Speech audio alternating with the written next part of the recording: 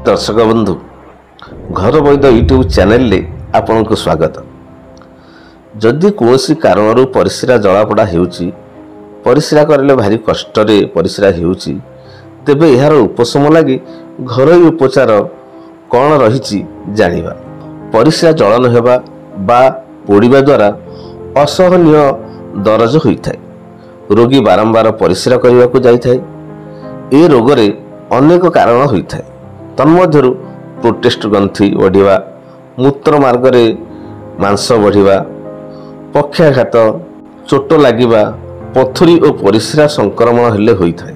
परिस्रा जलन हेबा द्वारा परिस्रा जीवारे कष्ट होइथाय। मूत्र रक्त मध्य आसीथाय।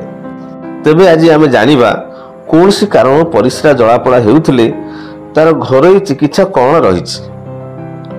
प्रथमे आंब पत्रर डेम्फ 7टी आनिबे, ताकू भल भाव चोबाई कूप जल पीले परिस्रा जलापोड़ा बंद हो जाए।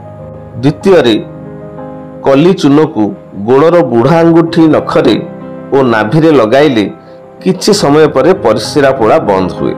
तृतीयत सतापरी रस 1 ग्लास सहित बंग भस्म 2 चामच मिसाई पीले परिस्रा पोड़ा बंद हुए।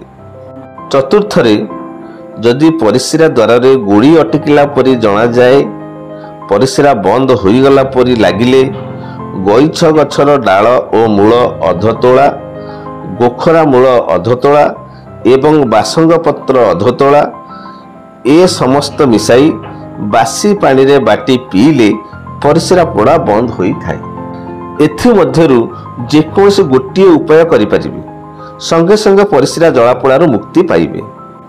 जदि आमर ए घर वैद्य चैनल भिडियोटी आपण मानक भल लगी थाए, निश्चित भावे अन्य मानक पई शेयर करिबा सहित लाइक एवं सब्सक्राइब करिबे। धन्यवाद।